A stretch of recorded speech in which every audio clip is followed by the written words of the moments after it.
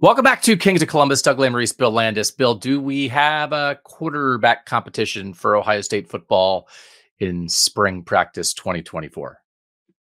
Yeah, I think we do. Right.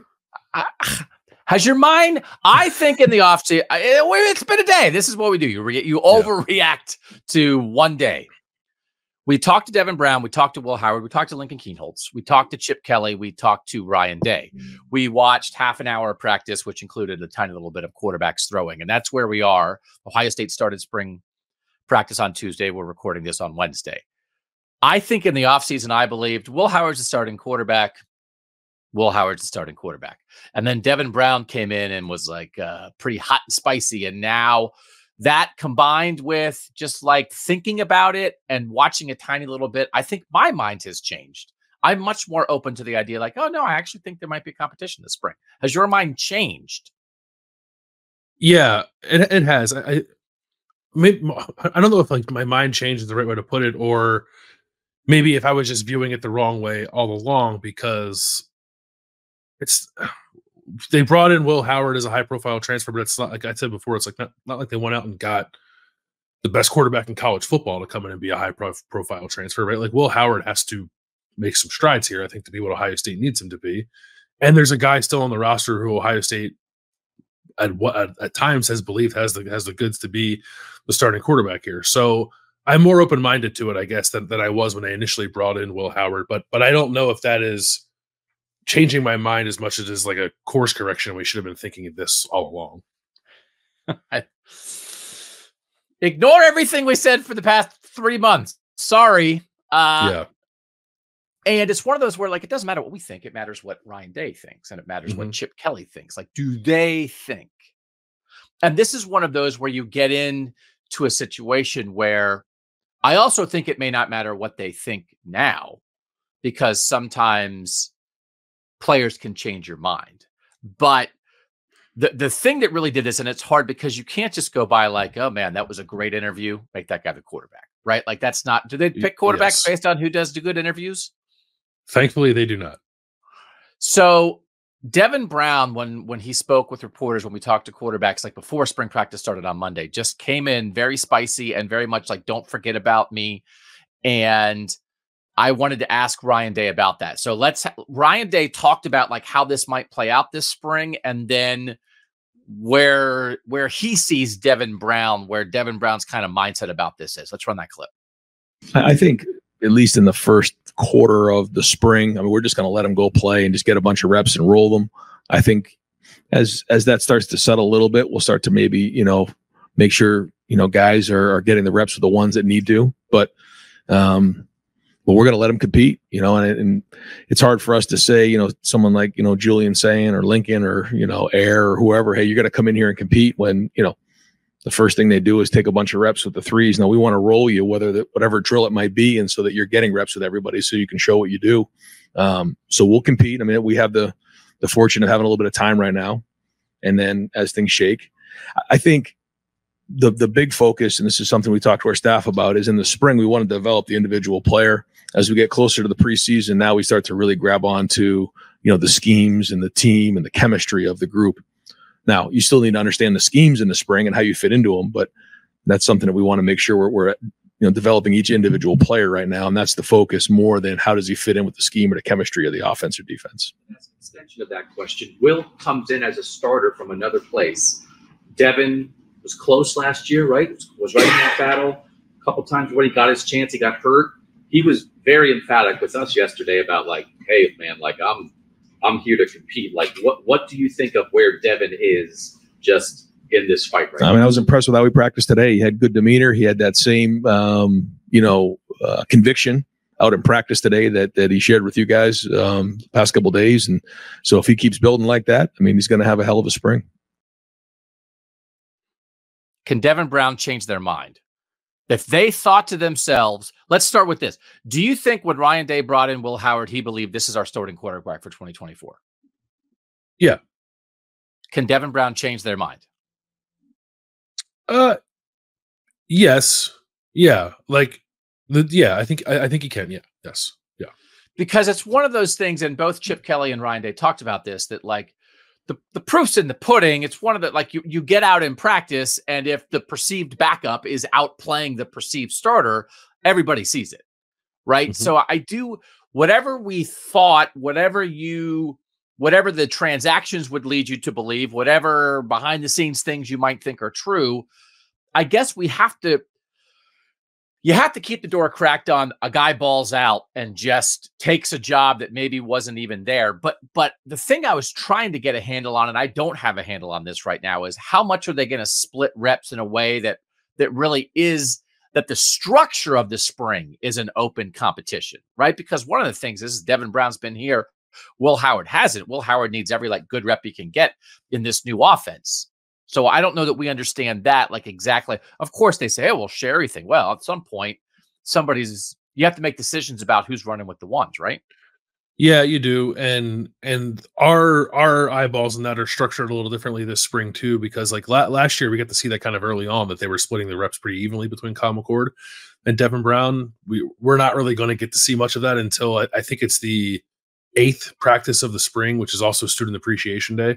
So who knows what they might be willing to show that day. But we're the first half really of spring ball, we're not going to get to see a whole lot. We're going to be back out there on Thursday, but it's going to be the same thing we got on Tuesday. Hopefully there's more quarterback throwing in that window, which is just to say it's unfortunate we're not going to have our own eyes on that. But yeah, I do think maybe not so much this week. And then they have the spring break and they come back for 3 more practices. But I think after that 5th practice, I think they probably need to start divvying it up among the guys that they think are actually going to be the starters on this team. And I think the idea of kind of considering everybody on the same plane, even Aaron Nolan and Julian saying, just kind of rolling guys through and not paying much attention to who they're playing with. You do that so I think it's less about showing guys what they can do and more about showing them what they can't do, so that they can swallow it a little harder when Ryan Day says yeah, you're going to go work with the 3s now. So I think that'll start to shake out around practice 5. But yes, they do have to get to the point where they're, I think, just giving either Will Howard or Devin Brown all the reps of the ones are splitting them evenly if they think it's actually a competition between the two. So say there was a great national show that just really comprehensively covered college football. Let's say they covered maybe just the northern part of college football. Let's say they called that show Princes of the Cold, right? So Princes of the Cold calls you and says, "Hey, we want to do quick hits on all the quarterback battles, all the spring quarterback competitions in the North. Landis, we want you to come on. You're the heart and soul of that show. We all know that you're the best one. We want you to come on." Would you say, "Yeah, no, I'll come on to talk about an Ohio State spring quarterback battle"? Or would you be like, "There's not really a battle. It's not worth having me on"? No, I would talk about it. Yeah. Okay. I don't know, before this week, would we have talked about it? Or would we be like, "As Will Howard"? Probably not. Probably not. Yeah. So let's compare this to the Kyle McCord, Devin Brown battle of a year ago, right? Because there are 2 things at play here, and I wonder what you think matters more. One is that a year ago, neither of these guys had played, Kyle McCord and Devin Brown. So coming into the 2023 season, Kyle McCord had 162 career snaps in 2 years. Devin Brown had 15 career snaps in 1 year. So you just didn't know what they could do, right? Coming into this year, Devin Brown has 104 career snaps, which still isn't much, and Will Howard has 1,864, basically 2 years as a starter at Kansas State. So you have a guy who has a much longer track record. And then the other thing is, last year it was 2 guys that Ryan Day picked in recruiting and brought here and knew since they were in high school and developed. And this year you're bringing in a guy from the outside. And so how do you think that the fact that there is a very experienced quarterback, let's focus on the experience, wherever that experience came from, does that just make it that much more difficult, almost impossible for Devin Brown with 1,700 fewer career snaps to really compete against a guy who's been around the block that much? That, of course, Will Howard's the presumed starter. He's played for 2 years. Yeah, it's much more of an uphill climb or battle, I guess, for Devin Brown. And the perception of bringing in a guy from the outside for Devin Brown probably changes kind of the way he calculates it in his brain a little bit, right? Like I don't like last year. I know Ryan Day said he wanted to have an answer by the end of the spring, but I don't know that he actually needed to, and I don't know that either guy was like owed that at the end of spring last year. And I think like this is very different. One, because like, and it's not because like Will Howard's going to go somewhere else. I don't think he's actually able to, but Will Howard is in the last year of his career. Like Devin Brown's clock is ticking, right? He needs to know whether or not he's going to play before his eligibility runs out. So that makes it different as well. But it's mostly about what Devin Brown I think is up against, right? He's up against a guy that whatever you think of Will Howard has demonstrated an ability to win big time college football games. And Devin Brown hasn't done that. And that is a vastly different dynamic than it was at this time last year. Ryan Day agrees with the idea that, yeah, there might be a shorter clock on this one, Mike. Let's go ahead and play that clip. And you've always talked about the quarterback position battles as carrying over to practice 16 in August. With the way everything is changed in college football, is there any part of you that feels like that there has to be more urgency or that it can't work that way anymore? Yeah, I hear what you're saying. I think we'll get a feel for how it all shakes out at the end of the spring. But to your point, it is different because of the portal, window opening. And we do have, a bunch of guys in that room. So, we're hoping to see some delineation as the spring goes on. That's primarily about Devin Brown, right? Because Devin Brown last year, as a second-year player, was not in a hurry to get out of here, right? And again, part of the things he was really spicy about was like anyone who thought he was going to transfer this offseason. He's like, I'm here to fight. But now year 3 is different than year 2. So the other part of this, who do you think a program or a head coach owes more in a situation like this? Is it the guy that's been around with you from the jump, or is it the guy that you sort of persuaded, hey, you're starting somewhere else. I'm going to persuade you to come to us, though.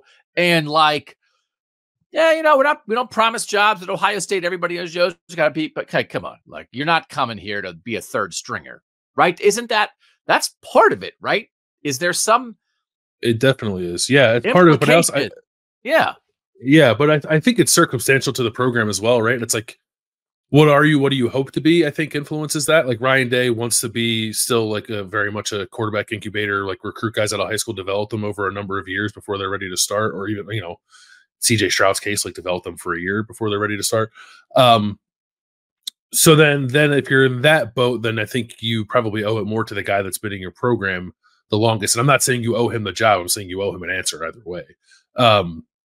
Whereas like if you're a program that's like constantly on the transfer quarterback merry-go-round, then you probably feel like you owe it more to the guy that you've persuaded to come in. So I think like if you asked Ryan Day that, he would, and he felt compelled to answer it truthfully, I think he would say that he at Ohio State in his current position would probably feel like he owes it more to the guy that's been in his program and bided his time. This is very confusing. I want to clarify things for our loyal viewers and listeners, and I feel like I'm just confusing the issue more. Here's a stat. I looked at the top 15 transfer portal quarterbacks a year ago, according to, I think it was 24/7 Sports, by their quarterback rankings. How many of the top 15 do you think won the starting quarterback job to start the season a year ago at their won it or were handed it? Were the starting quarterbacks to open the season? 13 of them. 12.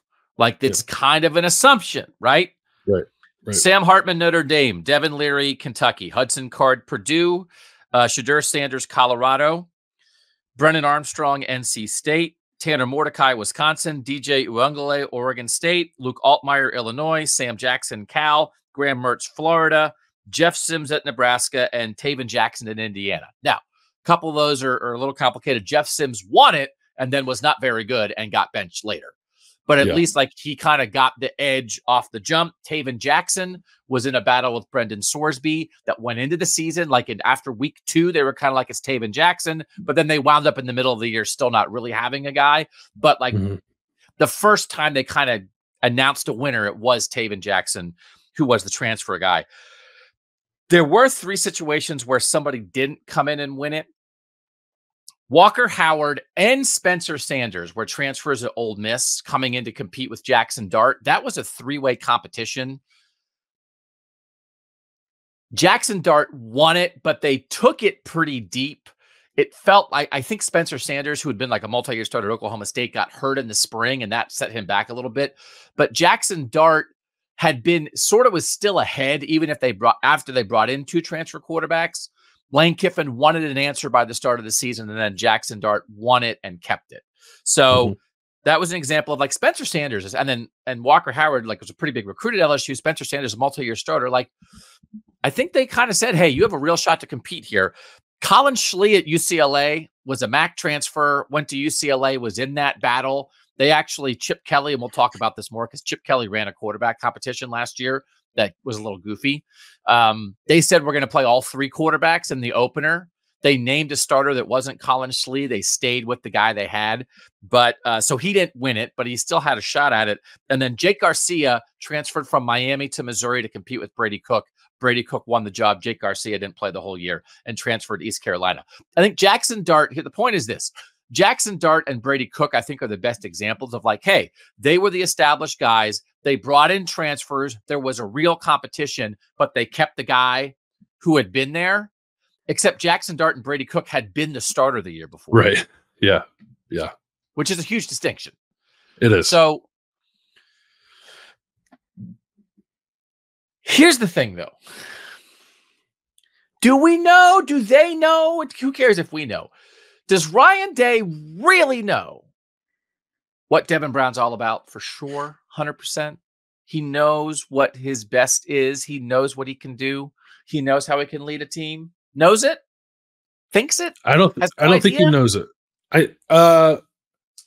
Somewhere between knows it and has no idea. Okay. Like, he doesn't. How could you possibly definitely know it with the little bit of game tape you have on Devin Brown? Because you can glean some stuff from practice, certainly. Like, there have been times, there were times during the competition last year where I think Ryan Day was like really liking what he was seeing from Devin Brown. But his game action is just so limited that how could you really know? But I think you have like some idea of what he is and a thought of like what he could be, which I actually think probably complicates things a little bit. Yeah. So I think coming into last year, as we try to compare this to Kyle McCord and Devin Brown, you really didn't know much of anything this time a year ago. You just didn't know at all. Now you know much more, but I don't think you know everything because you don't know exactly what Will Howard's going to look like in the Ohio State offense, and you still don't know what the best of Devin Brown is. So I still don't think there's certainty. There are different things of like who's owed what, but they knew they could take it into August last year, and they did, especially once Devin Brown got hurt in the last week of spring practice a year ago, didn't play in the spring game. And it was like, you still don't know about Devin Brown. Maybe you think it's Kyle McCord, but you still haven't seen Devin Brown. Do you think they'll have a decision after the spring game this year? Do I think they'll have a decision? My lean is no. Okay. And I talked about this on Snap Judgments. I think we do so many shows. I don't know. We were standing on at the field on the Woody, and we were talking about stuff. Whether it aired in the morning or the afternoon, I have no idea. But okay. I said,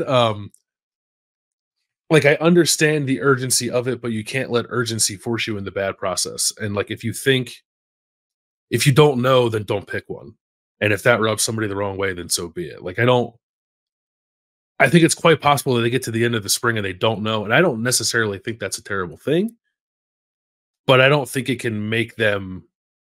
I don't think they can allow that to force them into a decision, which is why I think he may not make one at the end of spring. Okay. What does Devin Brown have to do to make this a competition? What does it look like where this is truly not being handed to Will Howard? Because I do think Devin Brown has to jump up and get their attention, right? How does he do that? Yeah, I think he has to be like extraordinary. I think like I don't I don't think it's like, hey, Devin Brown had a pretty good spring. It's like, well, if you have a pretty good spring and Will Howard had a pretty good spring, then Will Howard's going to be the starting quarterback. You have to have an exceptional spring, I think, if you're Devin Brown and you want to win this, because you have to get this staff to the point where it can, like, I guess, not dismiss, but like overlook the fact that it like really doesn't know what you are in games. Like, I think they have a pretty good idea of what Will Howard is in games, and not that every game he had was awesome, but there are some really good games on Will Howard's resume, some really good moments on his tape that they can lean on and I think feel pretty good about going into next season. They don't have that for Devin Brown. So he needs to make them get over that by being exceptional in spring practice. How much? So Devin Brown is very persuasive in terms of like leadership kind of things, right? He's got that a little bit of cha-cha-cha stuff. I think a lot of people thought that we think maybe he had that over Kyle McCord a year ago when it comes to like rally the troops, but that's just a component. It's certainly, you can't turn the ball over. You've got to make the throw on third down. You've got to run the offense. That's what matters more than the cha-cha-cha. But I do think it seems like Will Howard has that too. Everybody, and it's one of these things. What else are they going to say? But it's like everybody you talk to so far, Emeka Egbuka, Lincoln Keenholz, everybody's like, what a great guy Will Howard is. He's funny. I'm already good friends with him. We hang out. So like that part, and I think Chip Kelly and Ryan Day talked about that. Like that really matters. You've got to integrate yourself in the team. And Will Howard was talking about like, hey, I'm talking to everybody on the team. But Devin Brown also has that too. So I do think like Devin Brown still has the ability to like sort of rally the players, not to his side, but like still have people who think like, yeah, I'd be confident if Devin Brown was that guy. So I think that might be where Devin Brown had an edge a year ago, but like right now, maybe they're equal in terms of that. They're both good leaders. So then Devin Brown has to rip throws and not turn it over, right? Is that what he has to do in the actual 14 practices they have left?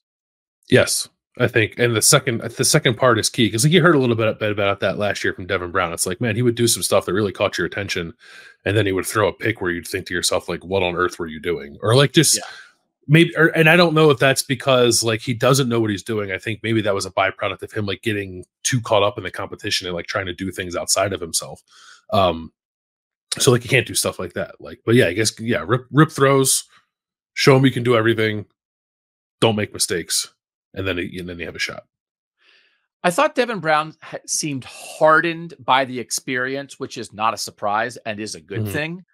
And if he was bright-eyed and bushy-tailed last spring, I'm like, hey, everybody, I'm here to compete to be the quarterback. And now he's like, I will kill you. Like in a good way. Does that change things a little bit? Because it feels like maybe he thought he should have been the quarterback a year ago. And then the two times he got opportunities, he got hurt against Penn State when they started to run the Brown red zone wrinkle package. And there, I think there's some suggestion that maybe he was going to start working in more normally anyway after that. And he gets hurt against Penn State, doesn't play the rest of the year. And then he has the opportunity in the bowl game. He thought he had a good bowl prep for the whole month. And then he comes out and hurts his other ankle and does nothing. And they bring in Will Howard. Is he more prepared to compete because they put him in the kiln last year of quarterback disappointment? Yes. Yeah. You got a harsh dose of quarterback reality, I think, last year, which is like, I actually think is important. Kyle McCord probably say the same thing, right? Like they got it in different ways, but they're probably both better off for it. Yeah. And I think probably both approaching their current situations differently because they went through it. He knows exactly. And again, the one thing is, like, I think we've talked about this in some other shows. There have been guys at Ohio State at other positions that come out and, quote, lose a battle. And then they're back up, and then they come out the next year, and then they win the battle. And then it's like, oh, okay, like you figured out how to win this job. Nicholas Petit-Frere didn't win a starting job the first time he had a shot at it. And then he won it the next time. Matt Jones, I think, had 2 years where it felt like maybe he's about to be a starter in year 3 and year 4. It didn't happen. Turns into a pretty darn good starter in year 5 and year 6. Like, I think that's a reminder too, that just because you didn't win a job before doesn't mean you won't win it now, because you've changed. You're better able to compete maybe because of the fact that you lost this competition in the past. Yeah, no, I think that's right. Okay. Yeah, it's not like something that happens regularly, but What are we it's gonna do? happened. Who's gonna be the quarterback? Who is gonna be? Okay, that's at the end of the show. I have a sub-ed for who's gonna be the quarterback. Okay. We did a show. I wasn't here a year ago at this time, but we did a show in like August, right before the season. That was like, hey, it's gonna be fine. Like this quarterback competition, don't freak out. Was that wrong?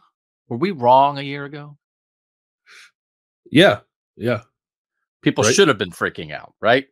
I don't know if they should have been freaking out, but I think there's it's like a lesson in being too generous with the benefit of the doubt, I guess. Okay.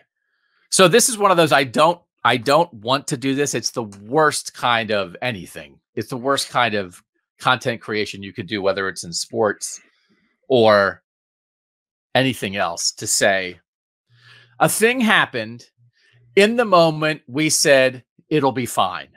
And then it wasn't. And now we acknowledge that we were wrong to say back then it'll be fine. And now the same thing is happening and it'll be fine. Right?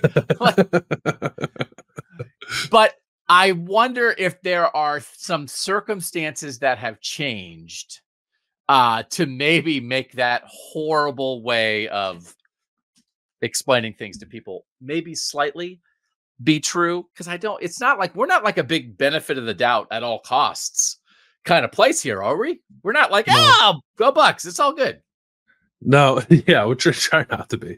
But I do think the circumstances are different enough that you could say like it'll be fine and actually like explain it in a way that makes sense. Like, I don't know. Okay, well, let's stop. Let's okay. take a breath and we'll come back and explain, because I think we have probably some of the same thought process of what has changed to maybe think that this time it will be fine. We'll do all of that next on Kings of Columbus.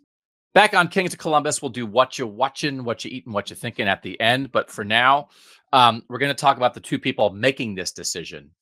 And that might be one of the things that has changed. So Chip Kelly, quarterback coach, veteran dude. And I do think when I think about, I guess, the two messiest Ohio State quarterback competitions, at least that I've been around for, both times I didn't have a ton of faith in the quarterback's coach, the guy who was actually coaching that position and was in that room. And even though you had head coaches making decisions, I do think that matters. The fact that Chip Kelly is the quarterback's coach this year instead of Corey Dennis, how does that factor into the belief of like, maybe it's the same thing, but maybe actually it's fine this time? A lot. It's like a guy that has been there before, has done this before, has been doing it a long time. Not so much his track record of like quarterback development. It's just like understanding like good process, I think. And just being experienced, I think matters tremendously. Like it felt like as Ohio State was going through the process of trying to figure out who its starting quarterback was going to be last year, that Ryan Day was like kind of operating in a silo, and not because, he was mad with power and didn't bother to listen to anybody else's opinions. But I don't know that he believed that anyone like quite had the cachet to like make that call. And now I think he does have someone with the cachet to help him make that call. So I think having that second experienced voice there that Ryan Day trusts will be to Ohio State's benefit this time around.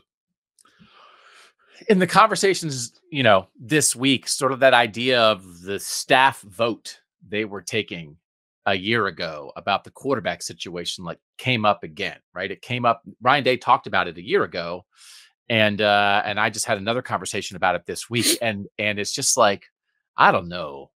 Like, it's not really a democracy. And I think, but the choice last year was democracy or dictatorship. It was either one person deciding or everybody having a vote. I think this year it's like a junta, right? What's the thing where it's just like, it's a code. Whenever you like learned about like different types of like, executive power in different countries when you were like in 8th grade and you had to test like, what are all the different things? I always like the junta. Maybe it sounds good. I actually think it's like, but it's like a group of people. But junta, it's actually bad, I think, right? I think maybe they take power through military force. Yeah, and then they have a group. That's right. Yeah. You got a junta definition for us? Yeah, I do. It's a military or political group that rules a country after taking power by force, which is actually funny given what Chip Kelly said yesterday or said on Tuesday, right? Yeah. Because he made the reference to Al Haig, which like went way over my head, and like everyone in the room over 50 laughed about it. But then I went back and like looked up what he was talking about. I was like, oh, that is kind of funny. Yeah. But this is like a similar idea. Yeah. So it's like, but it's like a group, it's like a council, but this, or it's like, so every now and then I think there are countries who are like, I love co-presidents. I think the decision this time is 2 people. And it's Ryan Day and Chip Kelly cracking a beer, sitting back in somebody's office until 3 o'clock in the morning and talking about quarterbacks, right? There is a secondary definition. Is it cracking a beer? No, it's not cracking a beer. It says a deliberative or administrative council in Spain or Portugal. Oh. Hey, Ryan, if you were in Portugal, would you and Chip be a junta? What? So, but like, I think like one person making the decision. I mean, ultimately the head coach makes the decision on everything, but like one person making a decision, I don't know. I would say maybe isn't quite ideal in a situation like this, but maybe neither is 9. And maybe 2 is maybe substantially better than 1 or 9. And last year their choices were 1 or 9. And last year it feels like the real choice is going to be 2 people. And I think, again, a year from now, we'll probably be like, oh, Ryan Day and Chip Kelly were too good of friends. You can't make a quarterback decision cracking a beer in somebody's office. How dare they? So they have to find a 4th way to do it.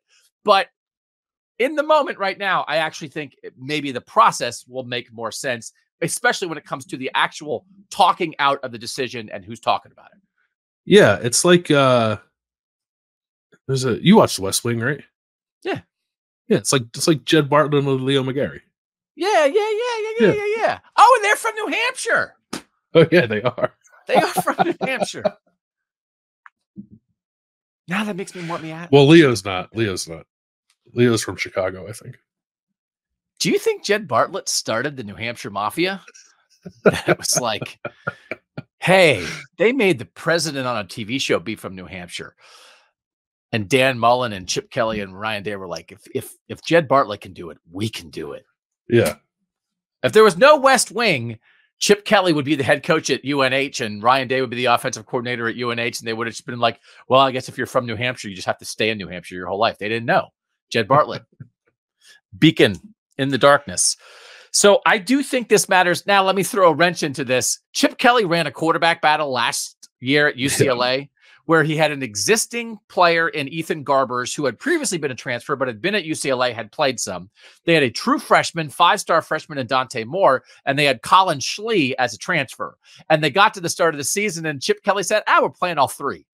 So they named Ethan Garbers the starter, but they played all 3. And then last year at UCLA, the final count was Ethan Garbers, 6 starts, Dante Moore, 5 starts, and Colin Schlee, 2 starts. And the result of their quarterback competition was Dante Moore transferred to Oregon and Chip Kelly quit. So how'd your competition go? Leo? Hey, Leo McGarry, you ever run a quarterback competition before? Yeah. What happened? Everybody left and I quit. And we were terrible. Well, he didn't have his Leo. He didn't have somebody in the room to check him when he said he was just going to play the 5-star freshman who clearly wasn't ready. Yeah. Okay. So like we'll throw that in there, but I do think this matters because I do think, again, to me, 2015, when they mucked up 2 good options in Cardale Jones and JT Barrett, the fact that Tom Herman left and they brought in Tim Beck as the quarterback's coach, and is as bad a job I think Tim Beck did. Like, I don't know that anybody, it's like Tim Beck showed up new and it was like, hey, who's the starting quarterback? And he was like, I just got here. Like I think I can remember the very first Tim Beck news conference where we sort of asked him that question and he was like, I think Urban's going to decide. I literally just got here. And so that was a very difficult circumstance. And I think bad process led to a situation that was much more unwieldy than it needed to be. And then last year, we just think, I mean, everybody, Corey Dennis was just not qualified to be the Ohio State quarterbacks coach. And so it created this situation where if you had faith in Ryan Day, okay, I think there was reason to have faith in Ryan Day. But I actually think in the end, they really did kind of miss Kevin Wilson last year. Like, I just think when you think about how this decision was made, and it was Corey Dennis as a quarterback coach without a loud voice, Keenan Bailey as a young staffer they like, but a first-year full-time assistant who had never done that before, Justin Fry's the offensive line coach who's trying to figure out a mess of an offensive line and get that together. And what's his view on the quarterback? He's trying to make sure that like Josh Simmons doesn't have 5 penalties a game, and can Josh Fryer actually play right tackle? And Brian Hartline is a great assistant who was trying to be an offensive coordinator at this time a year ago, which was just not a good fit. And Ryan Day was worried about, oh my gosh, can Hartline do this? Do I have to take it back? While Ryan Day is trying to do. So it's like, hey, Brian, what do you think of the quarterback situation? And Brian Hartline's like, I'm just trying to get a practice script ready. Right. Yeah. And then Tony Alford's been around, but he's a running backs coach. Like, what is he really like? When you think about that, again, that was the council. That's a tough spot. And so again, maybe the faith that we expressed in Ryan Day, maybe just like the entire scenario and situation, maybe we shouldn't have had that much faith in it because just mostly circumstance. Yeah, I think that's right. And it's not to say that all those guys you listed like had the wrong opinion, right? Right. But I don't know. It lands a little differently when it's coming from a Chip Kelly or even like a Bill O'Brien. If we were talking about Bill O'Brien, quarterback coach, I think that we'd be having the same conversation, right? There's just more gravitas coming from a guy who's been around the block a lot longer than most of the guys on the offensive staff, especially when it comes to evaluating quarterbacks. And again, this is not to say that I don't know that they picked the wrong quarterback, but they just, whatever happened, the result was they did not get a consistent level of quarterback play that was up to the Ohio State standard. And so it wasn't disastrous. They were a minute away from beating Michigan and being the number 1 seed in the playoff. We're not going to pretend that it was like the worst case scenario. It wasn't, but it also was not up to the typical Ohio State standard. And so I think Chip Kelly's presence, Chip Kelly as a quarterbacks coach, he certainly was very excited about getting to coach quarterbacks. He was expressing a lot of that. And I think he'll just be a good guy in that room. And then I think he is like, sorry to cut you off. I just because I think there is like a bit of a misunderstanding about like Chip Kelly's coaching background. Like Ryan Day was even asked on Tuesday about like Chip Kelly being more of like an offensive line guy than anything else. Chip has, I guess he's been a head coach more than he's been anything else. But when it comes to like being a position coach, he has coached quarterbacks more than he has any other position.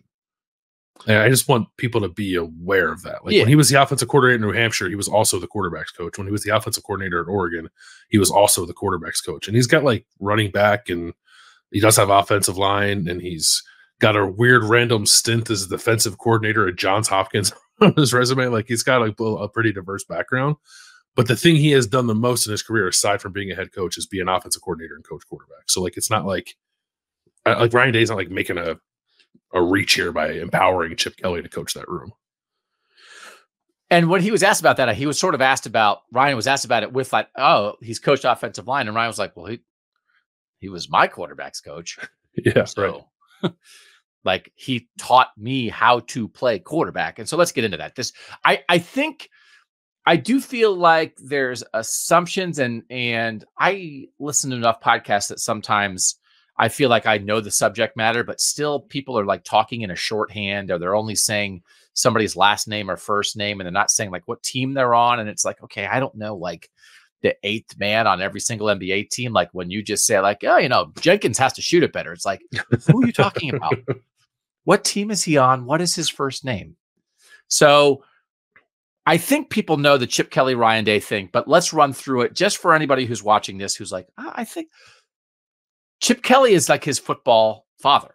And like, and I don't say that dismissively because as people know, Ryan Day tragically lost his dad when he was a teenager. So like this was a young man, he had great people, great relationship with his mother, with his grandfather, stepfather, like all those kind of things. But like Chip Kelly as somebody, they went to the same elementary school, the same middle school, the same high school, Manchester Central in New Hampshire. then Chip Kelly was the offensive coordinator at UNH and recruited Ryan Day to be the quarterback there, and then wound up being like, this is like everything, right? Like, he discovered Ryan Day. He was taught, it's like, and I don't even know we knew this. He was talking about like knowing Ryan Day since he was like a little kid the other day, which I don't know that it went back. How far apart are they in age? They're like 20 years apart in age, right? I looked it up. They are, Chip Kelly is 60 and Ryan Day is 44. So they are 16 years apart. Okay. But it would make sense, like Chip Kelly. I know, like Chip Kelly. I know what's little kid mean, like sophomore in high school, maybe. But like Chip Kelly was also the quarterback at Manchester Central when he went there. So like I could definitely see like guy keeping tabs on the next kid coming up to be Manchester Central's quarterback. Like, even if you're not eventually going to recruit him to come be your quarterback at the University of New Hampshire, right? It's just like, that's your neighborhood, that's where you're from, that's your school. You want to know what's going on. And even like that, he would know if Ryan Day was the quarterback at the middle school, that like Chip Kelly is like a guy in his late 20s who's still living in New Hampshire, and it's like, oh man, this middle school guy over here, like that, like you would probably know that, like he's like, they're from the neighborhood. And so I've mentioned this before, probably too much, but I did, when I introduced myself personally to Chip Kelly on Tuesday, I pointed this out because I was actually looking it up while Chip Kelly was talking, because I was like, I noticed that. I was wondering what you were doing. What you were doing. So I had to double check all of this, and it's like one of those things.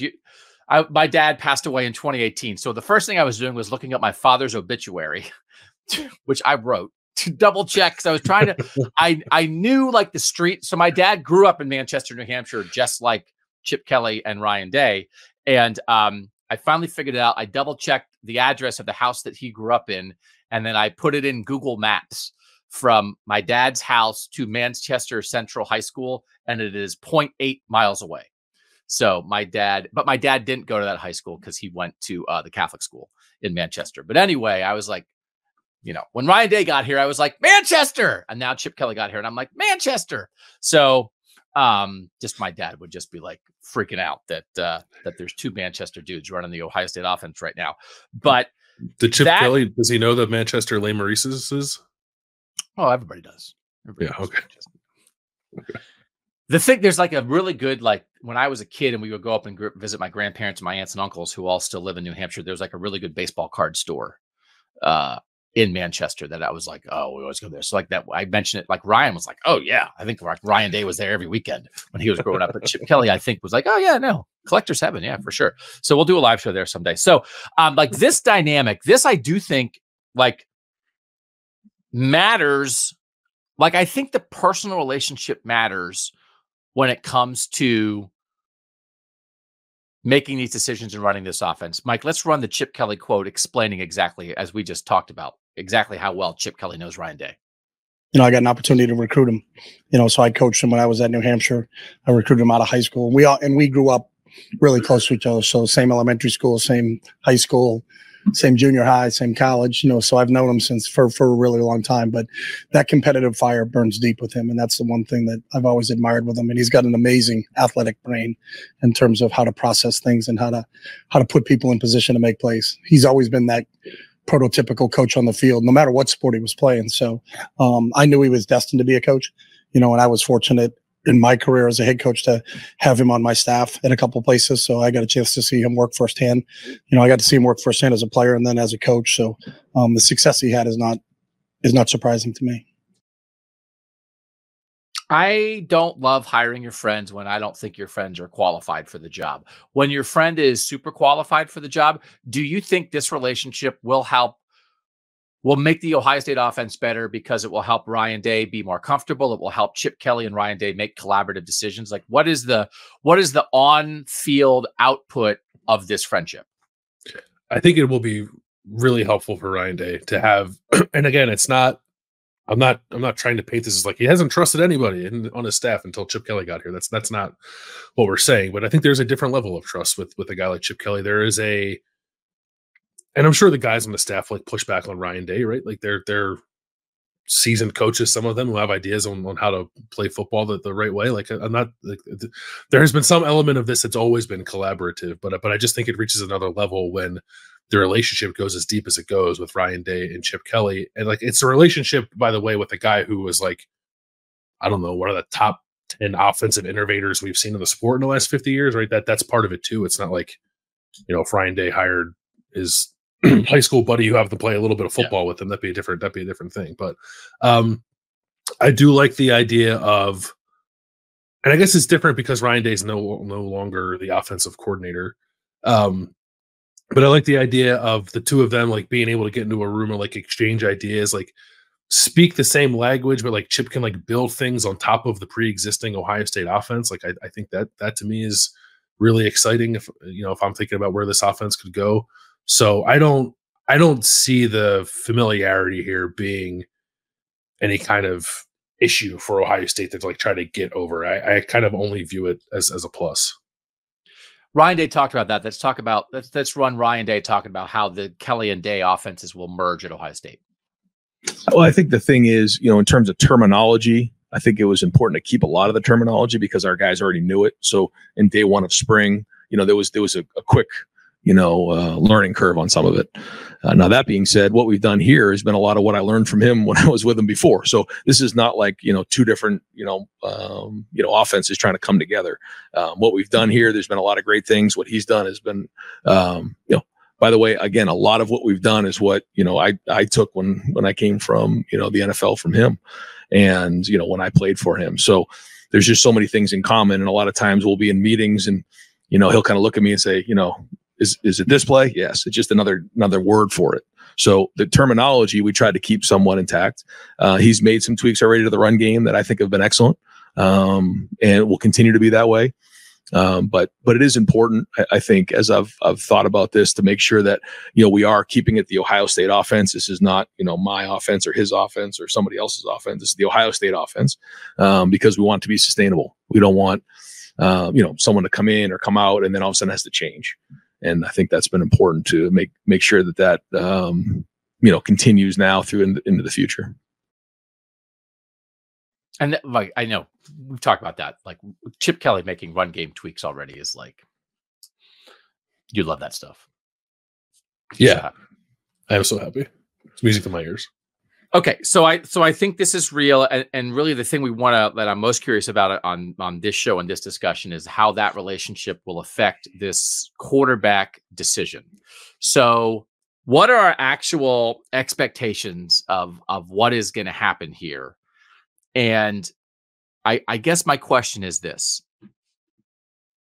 It seemed like a year ago that Ryan Day, as the real decision maker in the Kyle McCord, Devin Brown quarterback battle, was waiting for somebody to seize the job, was very eager for somebody to seize the job.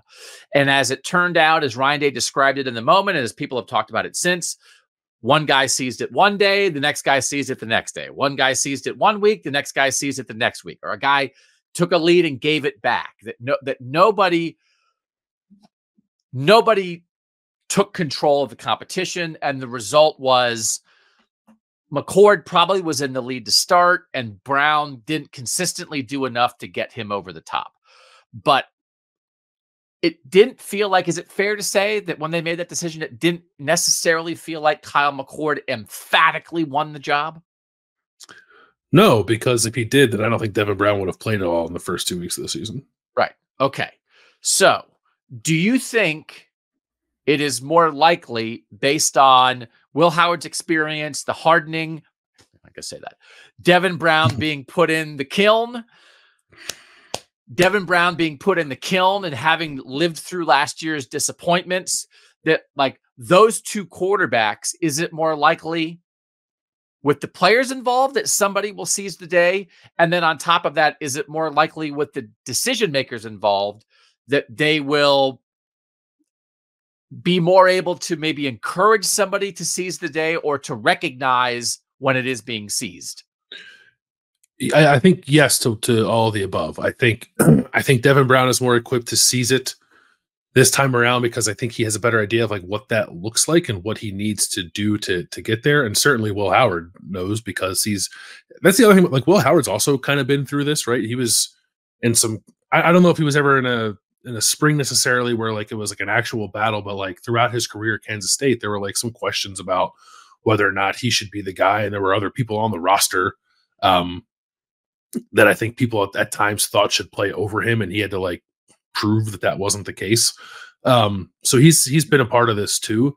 So I think both of them are vastly more equipped than either of the quarterbacks were last year to like really attack this and seize it like in a tangible way that is obvious to the coaching staff. And I think for the coaching staff too, it's probably just easier for them to to get the quarterbacks like in that frame of mind. Like you can tell young quarterbacks to go do that, but I know that Kyle McCord was in his third year last year, but he was an inexperienced quarterback, kind of doing it for the first time. I just don't. I think it's hard to do when you don't actually know what you're striving for. And I think Devin Brown and Will Howard both understand what they're striving for now, which I think will make this more clear than it was at last year when they were trying to make a decision.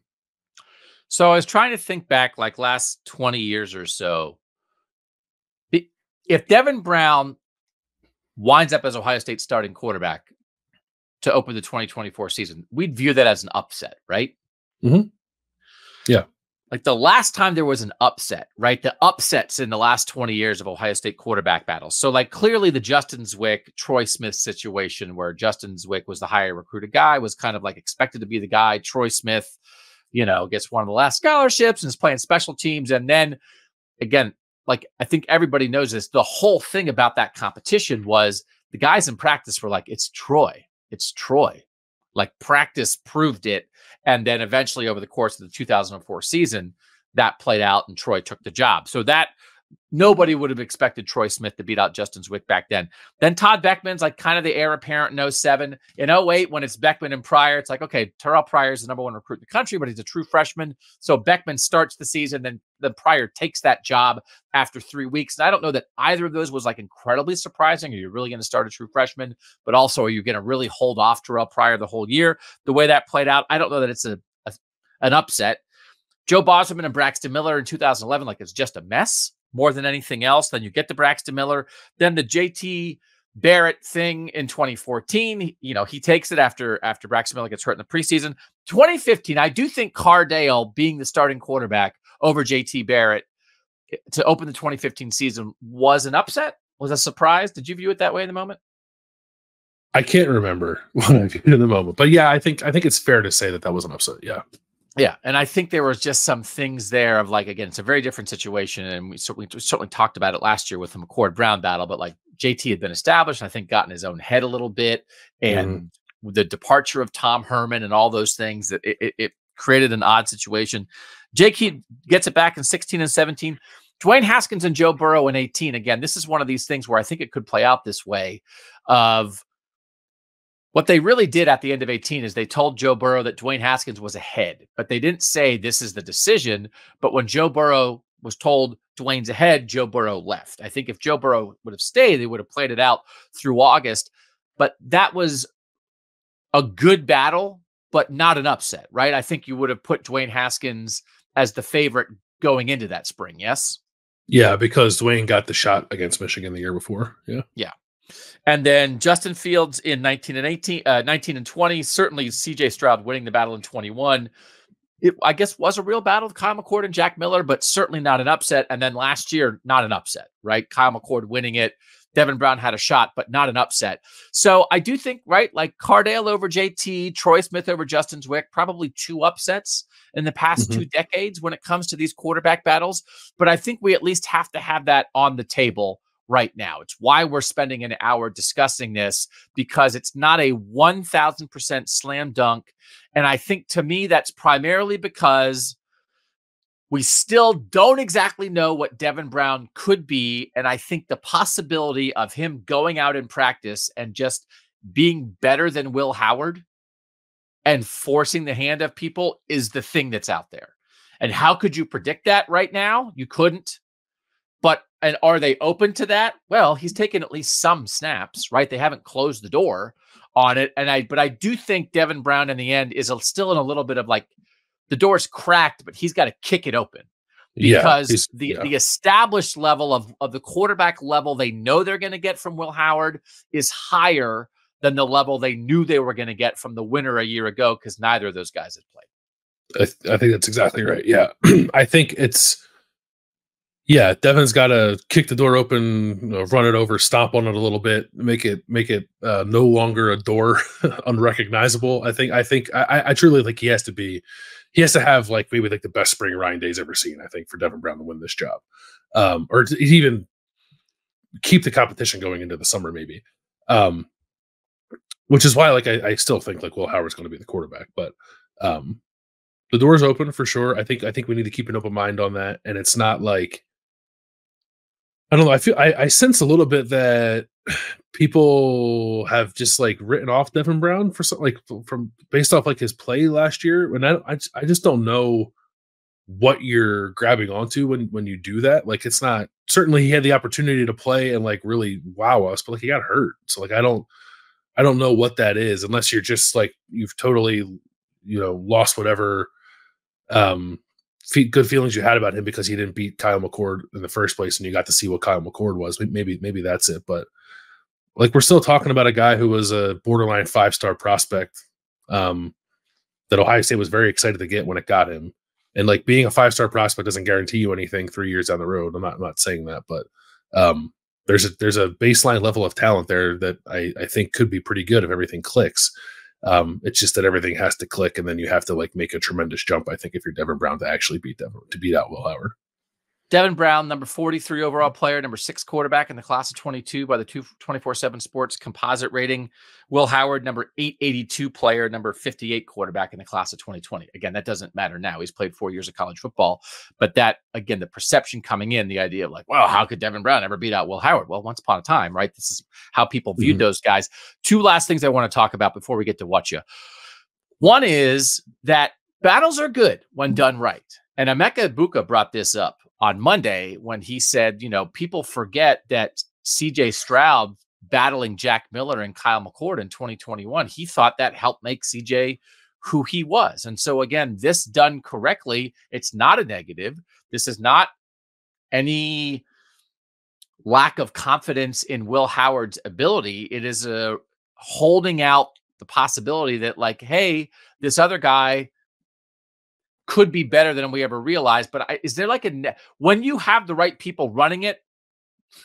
I think a year ago we were like, it's fine. Quarterback competitions are all good, right? Is there anything for anyone watching this to be worried about when it comes to this quarterback situation?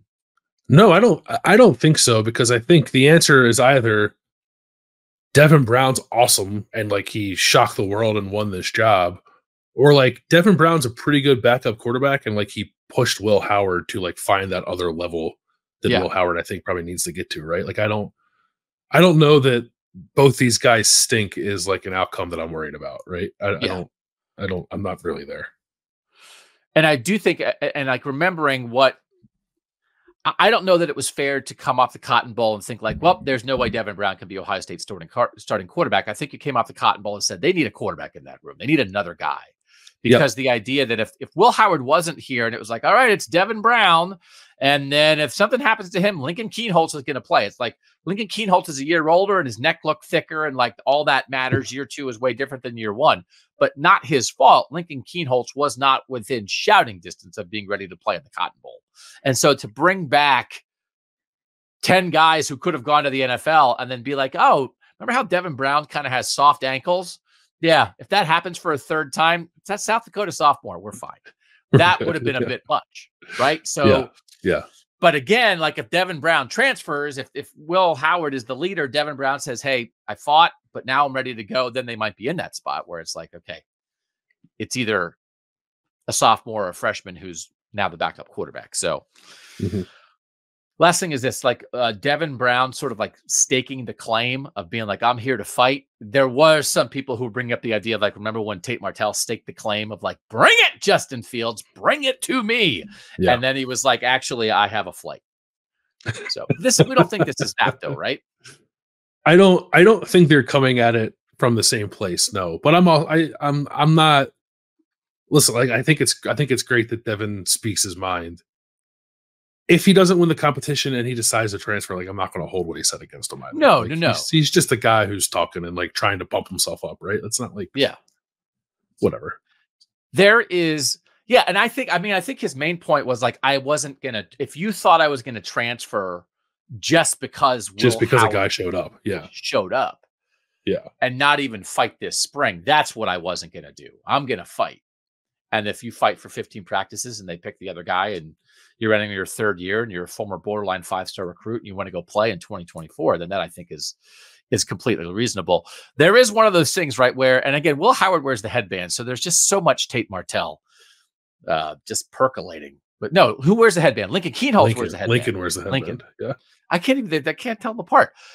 The Devin Brown, it's like one of those things, right? If you look, depending like how the shadows are, like you could look at Devin Brown and be like, that's Joe Burrow. Or you could look at Devin Brown and be like, that is Tate Martell. And that's the difference, he's not that much Tate, but like from the first time we ever talked to him when he got here, he was like, I want to be Joe Burrow. Well, CJ Stroud wants to be Joe Burrow too. And then CJ Stroud got to the NFL and was Joe Burrow. So like everybody wants to be Joe Burrow, but like there's part of that. Part of the don't forget about me. I know how good I am. I got hurt and didn't get to show everything I could do before, but I'm going to show it now. And if you don't think I can actually compete here, you're wrong. That's kind of what Joe Burrow said in the spring of 2018. Yeah. You know, he had the broken finger that kept him from really fighting to be the backup quarterback in 17. It wasn't like it's like, why did Dwayne Haskins go into the Michigan game instead of Joe Burrow? It's because Joe Burrow was hurt that season and it set him back. Devin Brown got hurt last season and it set him back. And then the result is there's somebody with more experience who's kind of ahead of you, but we still don't actually know what you are. I think there's at least enough of that in the Devin Brown situation when you remember the Joe Burrow situation that makes me think it's worth talking about this for an hour. Yeah, it's just like it makes me not want to dismiss it, right? It's not, and we're not. I think we're trying to toe the line here, right? Of like being honest about it. I don't think we're trying to pump up something that isn't real. I don't think we're all sitting here like, I don't know. We're not saying like Devin Brown's going to be this team starting quarterback in the fall, but I think it is worth like in the back of your mind, just like remembering what you said, like. He hasn't had a tremendous shot to show what he can do yet. And all he has now is the opportunity. And maybe he'll still lose the battle when he has the opportunity. But there's something about him that makes you think that maybe he could get it done, even if it's a small percentage point, which to me like means don't write it off entirely. Go to the spring game, April 13th. I always tell people to go to the spring game, but go to the spring game. Hopefully Devin Brown will be able to play in it this year and be healthy. And I mean, I think we also have to keep in mind, the couple snaps we did see in Devin Brown in games last year, the idea that he was sort of like the more athletic, run threat, mobile quarterback as compared to Kyle McCord, like that didn't jump off the field at you.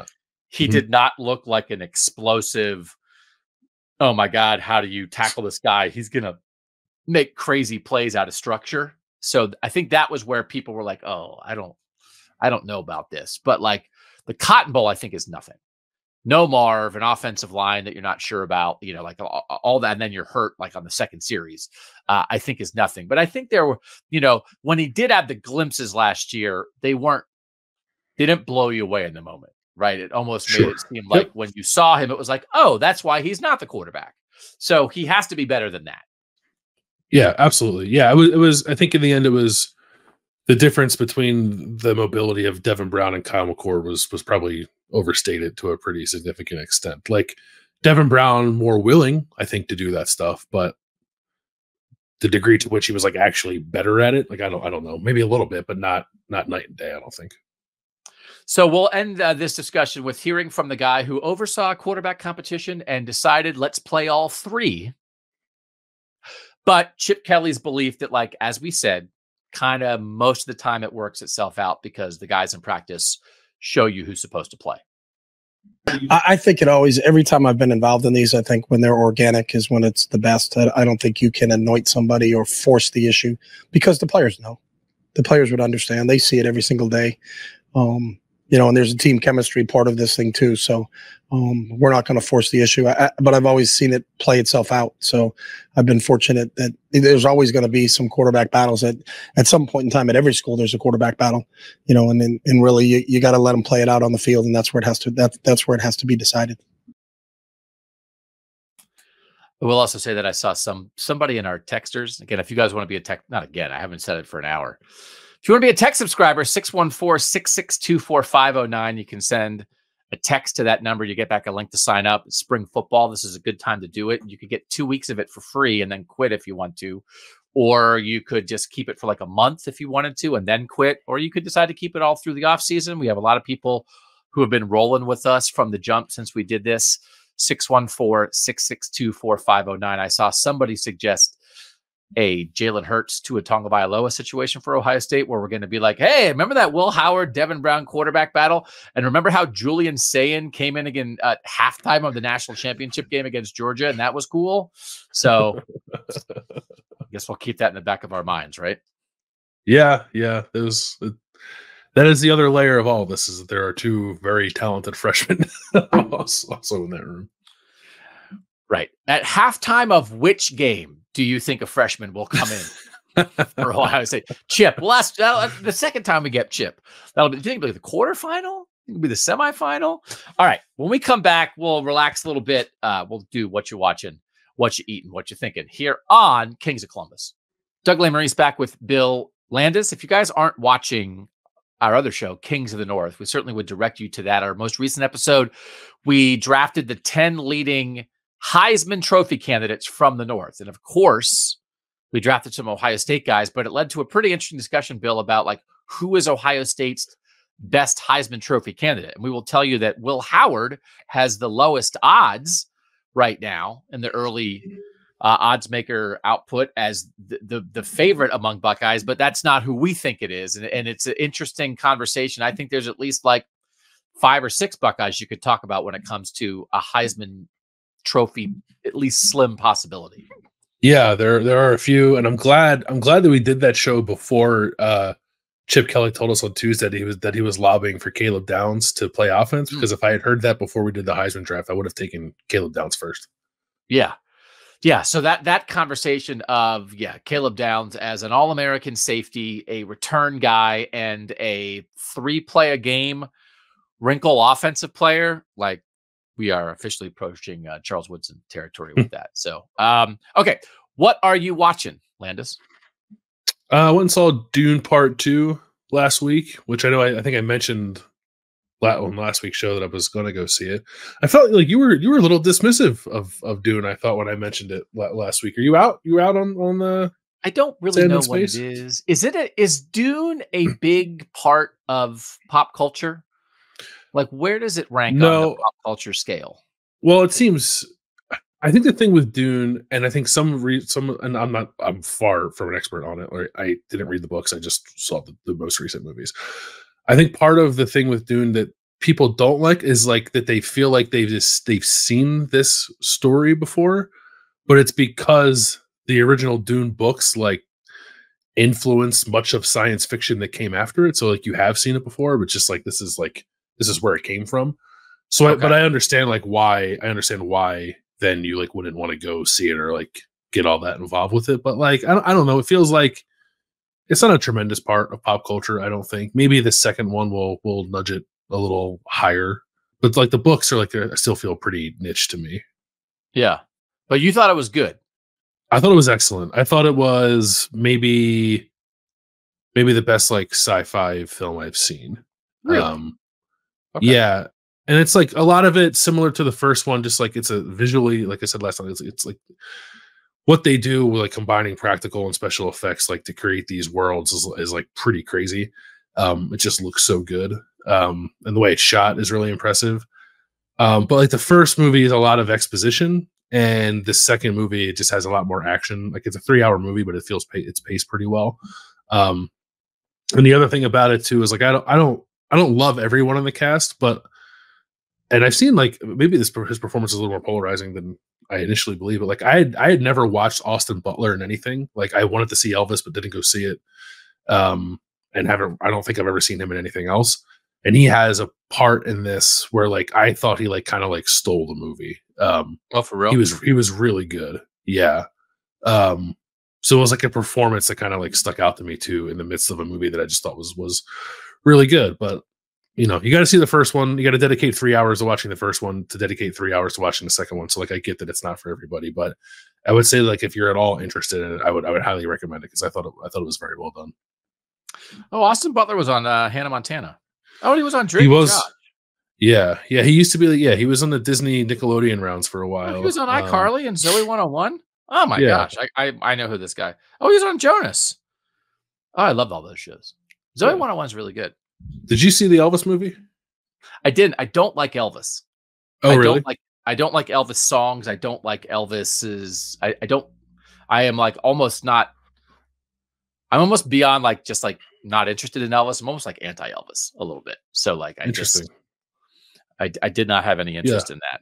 But I do want to go back and watch this iCarly that he was on. iCarly was a good show too. My favorite part about the best thing about Hannah Montana was then they had, I think her brother, they said let's have the brother try to like have a singing career, and his name was Bucky Kentucky. So like all I want to do is we could do that. We could name what would be the best name if there was somebody from the North who wanted to be a pop singer in the early 2000s and use their state's name. So in Dune, there is a character whose name is Duncan, Idaho. Oh my God. We just crossed the beams on Hannah Montana and Dune. You're joking. Duncan, Idaho? Duncan, Idaho. Yeah. It doesn't even rhyme, but it's so good. It's so good. Yeah. Oh, now why didn't you lead with Duncan, Idaho? Now I'm going. Sorry. I don't care if it's about sand wizards. If it's a guy named Duncan, Idaho. My God.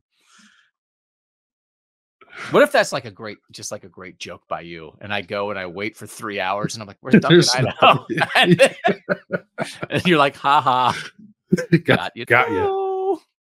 All right. So mine is really about a show, but it's about me, which is always the case. So you have or have never watched Only Murders in the Building? I watched the first season. Season. Yeah. The first season was the best one. The third season just ended.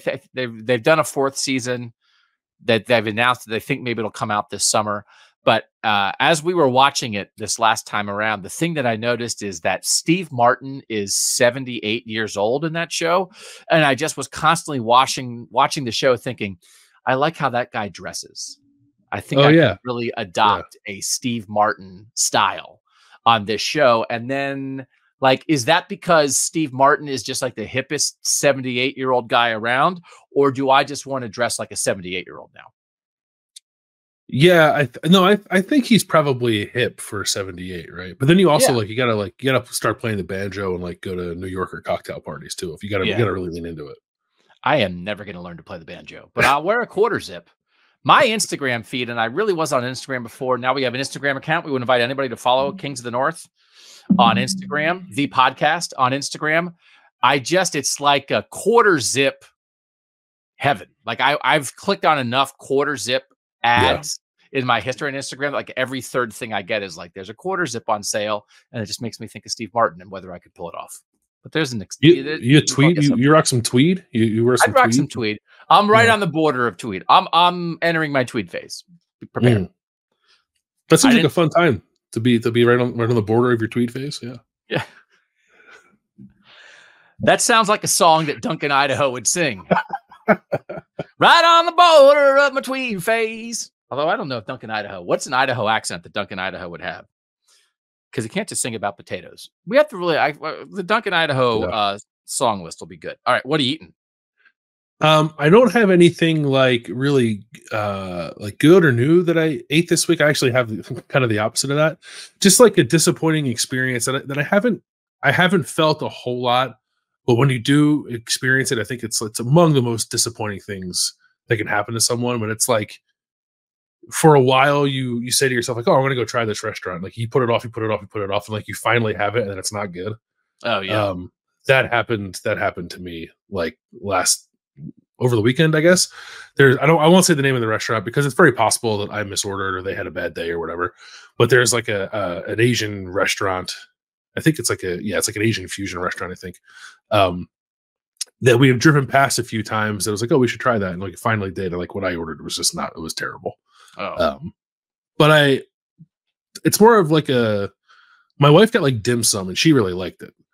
But I ordered like a pepper steak, which had no flavor to it. And another side, it was a barbecue pork fried rice, which is like not at all what I thought it was going to be. It was just like regular fried rice with bits of pork in it. So it's just kind of a bummer. And it had been a while since I had like greatly anticipated trying a restaurant and then got it and was like totally underwhelmed by it. So that's my eating. Just like, a bummer of an experience in a place that I was greatly anticipating. I do think ordering correctly is like a skill. Because it definitely is. Yeah. My mom is terrible at ordering. And it's like constantly when you go out to dinner with her, she's like, oh, I don't like this. And it's like, why did you order it? Like, why have an understanding of what you like? And it's one of the most frustrating experiences of bad ordering. Are you normally a good orderer? I'm usually pretty good. Yeah. Our pal Aria Wasserman and I like always talk about like, misordering or like you won the order. Like when we've got like, and I think we're both pretty good at that, actually. It was nice. It was a nice thing we had to go when he and I would go out. We would nail it. Like, we would really nail the order. Oh, you miss him. You have to have fly Aria. I do miss him. Yeah. So I'm not complaining, but I visited my daughter in Chicago over the weekend, and we went and got Chicago style pizza. And where I once was with Chicago style pizza, and this is not a debate about why did you ever like it? It's just one of those things that once upon a time, it was one of my favorite things to eat. And I think I've eaten it enough. And it just didn't. It doesn't hit the same way anymore. And I'm not mad. It's just I've done this at times in my life where there's something that I really like, and then I eat it so much, and that you can get Chicago style pizza, in Ohio now or different places.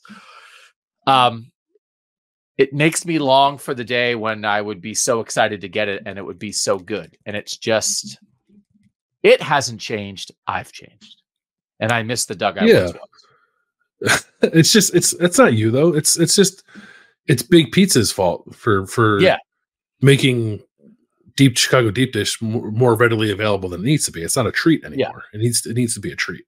Yeah. The pizza industrial complex has overdone it. And the idea that we've talked about that before, just like the idea that once upon a time there were just places, certain foods you could only get in certain places, and then they get so popular now that you can get them everywhere. Then it's not as cool to go get them when you go to a place. So that's especially true of Columbus too. I think like Columbus and Austin, Texas feel like the two places in America that like get the first iteration of some regional delicacy that's trying to expand its horizons.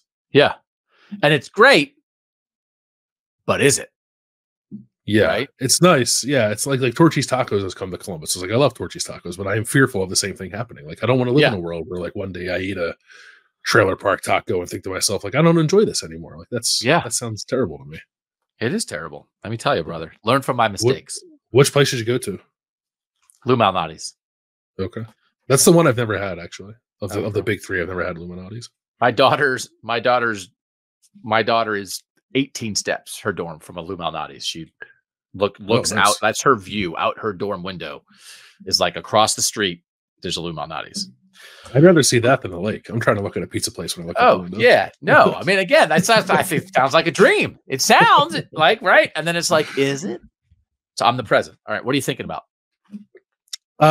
Thinking about Jason Kelsey, my guy, retired. Oh, Kelsey. You don't like him? You don't like him? Talk about this. My wife likes them too much. Yeah, no, I get that. I don't like how much they're liked. Mostly Jason Kelsey, because he used to be ours, and by ours I mean Philadelphia's. Right. And now he belongs to the world, and it's a little disappointing. But he has long been one of my favorite football players to watch. Like as someone who enjoys watching a good offensive line play, he played for the team that I've liked my entire life.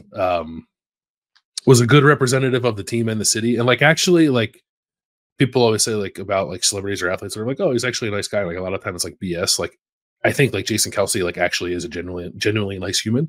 And like my brother used to work at the bar where like Jason Kelsey met his wife and like has met him several times. It's like, yeah, he's like actually a good dude. Which like makes me feel good when like my read on that is correct. So yeah. Just I'm gonna miss watching him play football mostly because he was I think he's been like the best center in the NFL for the last decade. And I think like whenever someone who is like the best at something is on the team that you like the most, it's something that I don't think should be taken for granted. That's the thing I like most about sports, like watching greatness. And I'm not saying Jason Kelce is like Wayne Gretzky, but for what he did, he was very, very good. And I appreciated watching him, and I'm going to be a little sad that I don't get to watch him play anymore. Mike, hop in here. They were at the Travis and Jason Kelce, Cleveland natives, everybody knows. We're at the Cavs game because they had Cavs bobblehead night, and you got to say hello, Mike? Yeah, it was bobblehead night of both Travis and Jason last night against the Celtics. And yeah, they came in looking awesome in their Cavs uniform. Travis had on a customized Cavs jersey, and Jason was rocking a Cavs shirt and hat. So they were sitting courtside, and yeah, they were getting everybody fired up. As everyone that didn't see, it was a crazy comeback, largest comeback in the fourth quarter in Cavs history. So they were there to witness it courtside. So I think now they just have to come to every game. No, I was on some radio show like right as he was announcing his thing, and I was like, 5 years until Jason Kelce is the coach of the Browns. Like, what's our over under on that happening? I think he might become the biggest paid media personality. Like all these networks, I think are going to want him. Yeah, let's see if we can get him. He's from the North. He's the son of the North. We cover Cincinnati. Yeah, I think we have a chance to get him on KOTN. We'll make it happen. Okay. Yeah. No. Yeah, he's an Ohio man through and through. We can make this happen. We'd rather have him than Taylor Swift. We'd rather have Jason Kelce. No offense to Taylor, right? Agree. We don't want to alienate the Swifties. No, they're a big part of our audience. No. We wouldn't say no to Taylor Swift. We would just Our list is Jason Kelce ahead of Taylor Swift, of course.